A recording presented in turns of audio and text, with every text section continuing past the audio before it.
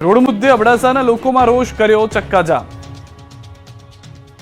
કચ્છના અબડાસા તાલુકાના ગામડાના રોડ પણ વરસાદ બાદ ખરાબ થઈ ગયા છે। મોટાભાગના રોડ ડિસ્કો રોડ બની જતા લોકોના હાડકા ખોખલા થઈ ગયા છે। અહીં જાણે શ્રેષ્ઠ ખાડા શોધ પ્રતિયોગિતા ચાલતી રહી છે।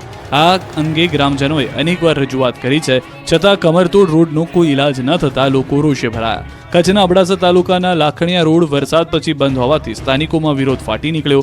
ગ્રામજનોએ રસ્તા વચ્ચે બેસી વિરોધ નોંધાવ્યો। લોકો દ્વારા રસ્તો રોકી બંધ કર્યો। સવારમાં જ લોકોએ રોડ પર ઉતરી ચક્કાજામ કરતા ટ્રાફિક જામ થયો। આ અંગેની જાણ થતાં પોલીસ ઘટના સ્થળે પહોંચી લોકોને સમજાવ્યા। લોકોની માંગ છે કે રસ્તો ચાલુ થશે ત્યારે જ અમે વાહન વ્યવહાર ચલાવવા દઈશું। લોકોને પડતી હાલાકી દૂર થાય તેવી માંગ કરાઈ। ઉપલેટામાં પાક નુકસાન અંગે કોંગ્રેસ મેદાને મામલતદારને આપ્યું આવેદન। રાજકોટના ઉપલેટા ધોરાજી પંથકમાં આ વખતે મોંમાગીયો વરસાદ આવ્યો છે। ઓગસ્ટમાં તો અતિવૃષ્ટિ જેવી હાલત થઈ જતા ખેડૂતોની મહેનત પર પાણી ફરી વળ્યું છે। ખેતરોમાં મગફળી સહિતના પાકનો સત્યાનાશ થઈ ગયો છે। ધોરાજી ઉપલેટા ગ્રામ્ય પંથકમાં ધોધમાર વરસાદ પડી જતા ઠેર ઠેર તારાજી પાક નુકસાનીના દ્રશ્યો જોવા મળી રહ્યા છે। અતિવૃષ્ટિના કારણે ખેતી પાક નુકસાન થયો છે। જમીન ધોવાણ, ઘર વખરીને નુકસાન તેમજ પશુઓની જાનહાનિનું વળતર આપવા કોંગ્રેસ મેદાને આવી છે। ધોરાજી ઉપલેટા તાલુકા કોંગ્રેસ સમિતિ તેમજ ઇન્ડિયા ગઠબંધન દ્વારા રાજકોટ જિલ્લા કોંગ્રેસ પ્રમુખ લલિત વસોયાની આગેવાનીમાં રેલી કાઢી મામલતદારને આવેદનપત્ર આપ્યું। કોંગ્રેસ પ્રમુખ લલિત વસોયાએ સહાય આપવાની માંગ કરી। સુરતમાં લાલ પાણીનું આવ્યું પૂર। સુરતમાં તાપી નદીના પૂર બાદ હવે લાલ પાણીનું પૂર આવ્યું છે। સુરતના સરોલી વિસ્તારમાં લાલ પાણીની નદી વહેતી હોય તેવા દ્રશ્યો જોવા મળ્યા। સરોલી ભરત કેન્સર હોસ્પિટલ સામે ગટરમાંથી લાલ પાણી નીકળ્યું હતું। ભારે વરસાદ બાદ ગટરનું પાણી બેક મારી રહ્યું હતું। ગંદા પાણીના બદલે લાલ પાણી નીકળતા લોકો પણ આશ્ચર્યમાં મુકાયા હતા। રોડ પર જાણે લોહી વહેતું હોય તેવું લાગી રહ્યું હતું। આ પાણી જે લાલ કલરનું હતું તેને લઈને લોકોમાં પણ કુતૂહલ સર્જાઈ ગયું।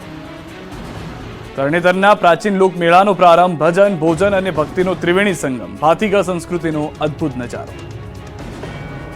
વરસાદના વિઘ્ન વચ્ચે તરણેતરના લોકમેળાનો દબદબાભેર પ્રારંભ થયો છે। ભારતીય સભ્યતા અને સંસ્કૃતિના અભિન્ન અંગ સમાન સૌરાષ્ટ્રનો પ્રાચીન અને ભાતીગળ તરણેતર મેળાનો પ્રારંભ થયો છે। આપણી પરંપરાઓ, ખાણીપીણી, રહેણીકરણી અને વારસાનું પ્રતિનિધિત્વના એક જ જગ્યાએ દર્શન થતા મેળો 9 સપ્ટેમ્બર સુધી ચાલશે। ચોટીલાના ધારાસભ્ય શ્યામજી ચૌહાણના હસ્તે મેળાને ખુલ્લો મૂકવામાં આવ્યો। ત્રિનેશ્વર મહાદેવની પૂજા અર્ચના અને આરતી બાદ ભાતીગળ મેળાને ખુલ્લો મૂકવામાં આવ્યો। આગામી તારીખ 9 સપ્ટેમ્બર સુધી યોજાશે મેળો। સુરેન્દ્રનગર જિલ્લાના ચોટીલા તાલુકાના તરણેતર ગામમાં ત્રિનેશ્વર મહાદેવ મંદિરના સાનિધ્યમાં મેળાનો પ્રારંભ થતા લોકો ઉમટી પડ્યા છે। સૌરાષ્ટ્રની વિવિધ જ્ઞાતિઓ જેમ કે ભરવાડ, આહિર, રબારી અને કાઠી ઉપરાંત સ્થાનિક લોકો તેમના પરંપરાગત પોશાક સાથે મેળામાં ઉમટી રહ્યા છે। રંગબેરંગી ભરત ભરેલા ભાતીગળ પોશાક પહેરેલા યુવાનો ભાતની ભરત ભરેલી છત્રીઓ લઈને મેળામાં આકર્ષણ જમાવશે। યુવતીઓ રંગબેરંગી ઘેરાવાળી ચણિયા જોડીમાં જોવા મળશે। મેળામાં યુવકોને આકર્ષક છત્રી નૃત્ય કરતા જોવા એ પણ અનેરો લાવો છે। તો ગ્રામીણ ઓલિમ્પિક્સ, પશુ મેળો, રાસ ગરબા, પરંપરાગત હુડો રાસ, છત્રી હરીફાઈ, માલધારી રાસ આકર્ષણનું કેન્દ્ર બની રહેશે। ચુસ્ત પોલીસ બંદોબસ્ત, ડ્રોન કેમેરા અને સીસીટીવી વડે મેળામાં આવનારા લોકો પર બાજ નજર રાખવામાં આવી રહી છે। મોરબીમાં ગણપતિ બાપાની આગમનની તૈયારીઓ પૂરજોશમાં। ગણેશોત્સવની ઘડીઓ ગણાઈ રહી છે। શ્રીજીના આગમનને લઈને ભક્તો પણ અધીરા બન્યા છે। મોરબીમાં ગણપતિ બાપાની આગમનની તૈયારીઓ પૂરજોશમાં ચાલી રહી છે। મોરબીમાં છેલ્લા 15 વર્ષથી ગણેશોત્સવનું આયોજન કરતી સિદ્ધિ વિનાયક કા રાજા ગ્રુપે પણ આ તૈયારીઓ પૂર્ણ કરી દીધી છે। આ તરફ સુરક્ષિત ઉજવણી માટે તંત્રએ પણ જાહેરનામું બહાર પાડ્યું છે, જેમાં મૂર્તિઓમાં સિન્થેટિક, પ્લાસ્ટર ઓફ પેરિસ, કેમિકલયુક્ત રંગોનો ઉપયોગ ન કરવાનું ફરમાન છે। સાથે જ જ્યાં પીવાના પાણીનો સ્ત્રોત છે ત્યાં મૂર્તિ વિસર્જન ન કરવા આદેશ છે। સાથે સ્થાનિક સત્તા મંડળે સુનિશ્ચિત કરેલી જગ્યાએ જ વિસર્જન કરવા આદેશ છે। ઉપરાંત મૂર્તિ બનાવવાના વેચાણના સ્થળ નજીક ગંદકી ન રાખવા પણ તાકીદ છે। વળી મૂર્તિની ઊંચાઈ 15 ફૂટથી વધુ ન રાખવા પણ ફરમાન છે। રાજકોટ શહેર ભાજપ કાર્યાલય ખાતે સફાઈ કામદારોએ હોબાળો મચાવ્યો હતો। મોટી સંખ્યામાં સફાઈ કામદારો રજૂઆત માટે પહોંચ્યા હતા। સફાઈ કામદારોના નિયમમાં ફેરફાર કરી બધા લોકો સફાઈ કામદાર તરીકે પહોંચ્યા હતા। આ તરફ રાજકોટની અંદર પણ ઉજવણી કરવામાં આવી રહી છે। ગણપતિ બાપા જેઓ હાલમાં દરેક ઘરની અંદર સ્થાપન થાય તે માટેની તૈયારીમાં છે। રાજ્યભરમાં ગણેશ વંદનાનું પર્વ શરૂ થઈ ચૂક્યું છે, ત્યારે પર્યાવરણ બચાવવા માટે સાવરકુંડલાની એક યુવતી ગાયના ગોબરમાંથી ગણપતિની મૂર્તિઓ બનાવી રહી છે। સાવરકુંડલામાં રહેતી યુવતીના ઘરે ગાયના ગોબરમાંથી બનેલા ગણેશજીની મૂર્તિઓ ખરીદવા લોકો આવી રહ્યા છે। ધ્રુપલબેન નામની યુવતી છેલ્લા 2 વર્ષથી ગાયના ગોબરમાંથી મૂર્તિનું નિર્માણ કરે છે. તેઓ 9 ઇંચની મૂર્તિ બનાવે છે. જો કે તેમને મૂર્તિ બનાવવા માટે સમય ઓછો લાગે છે, પરંતુ મૂર્તિને સુકાવવામાં 15 દિવસ જેવો સમય નીકળી જાય છે. ત્યારબાદ તેઓ વોટર કલર કરીને તેને સુંદર અને આકર્ષક બનાવે છે.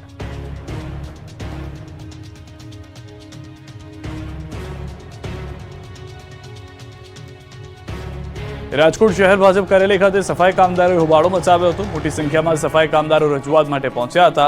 સફાઈ કામદારોના નિયમમાં ફેરફાર કરી બધા લોકો સફાઈ કામદાર તરીકે ફોર્મ ભરી શકે તે માટે રજૂઆત કરવા પહોંચ્યા હતા.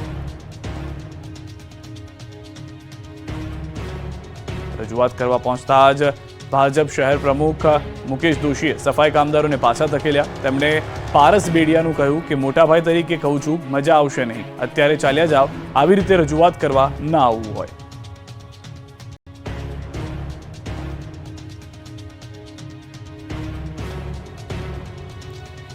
પાકિસ્તાને ફરી એક વખત નાપાક હરકત કરી છે. અનેક વખત સમજાવવા છતાં પાકિસ્તાન ઝેર રોકવામાં પાછી પાણી નથી કરતું. પાકિસ્તાનના વિદેશ મંત્રાલયના પ્રવક્તા મુમતાઝ ઝહરા બલોચે એવો આરોપ લગાવ્યો હતો કે ભારતે જૂનાગઢ પર ગેરકાયદે કબજો કરી લીધો છે. ગુજરાતનું જૂનાગઢ 1948માં લોકમત દ્વારા ભારતમાં જોડાયું હતું. જૂનાગઢને લઈને પાકિસ્તાનનું વલણ હંમેશા સ્પષ્ટ રહ્યું છે.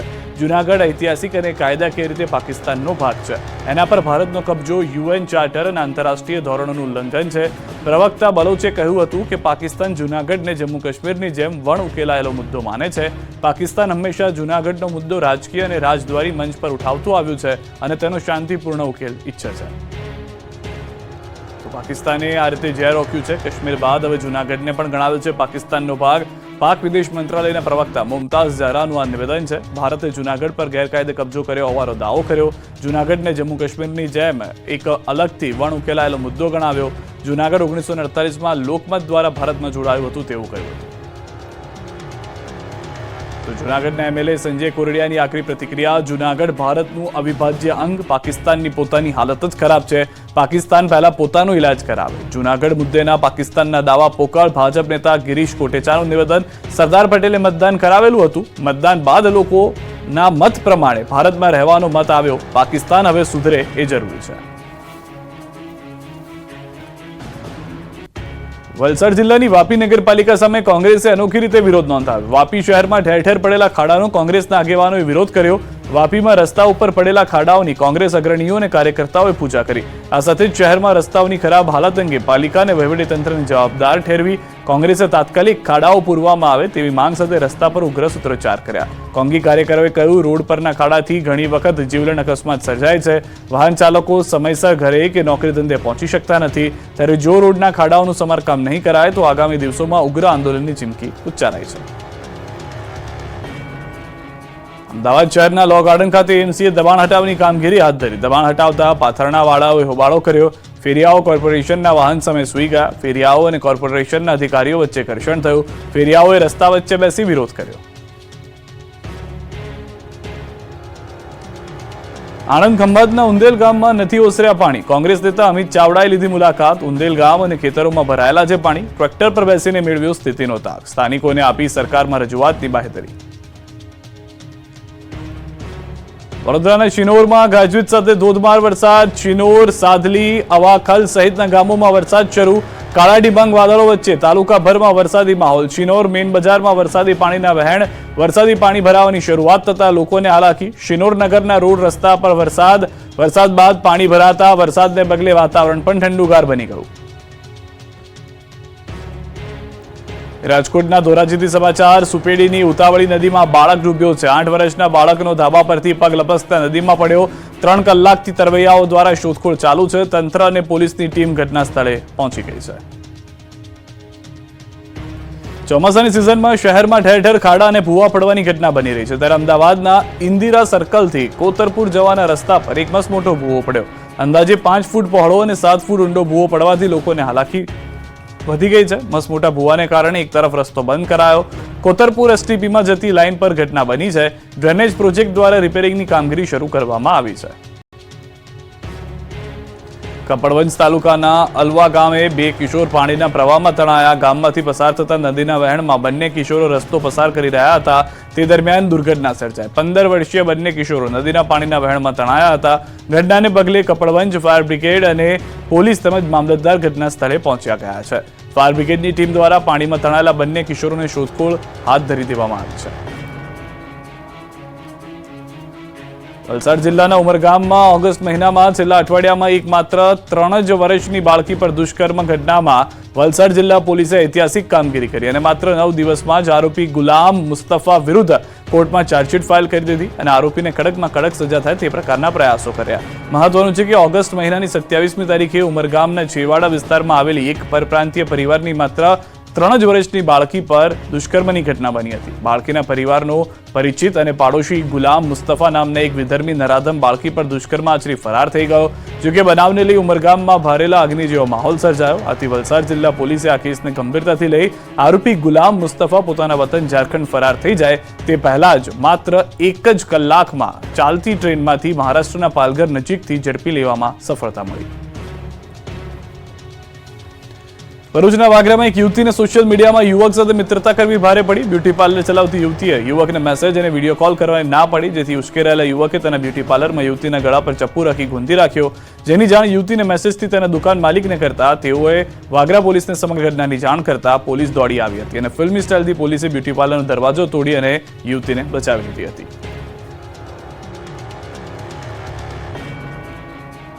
ગાંધીનગરના માણસા, ચરાડા, સમઉ અને દહેગામનું નાની માચંગ ગામ ડૂબી ગયું. ગાંધીનગરના ગામડાઓમાં મેઘરાજાએ તોફાની સ્વરૂપ બતાવતા ગામડાઓ બેટમાં ફેરવાયા. ગામના રોડ પર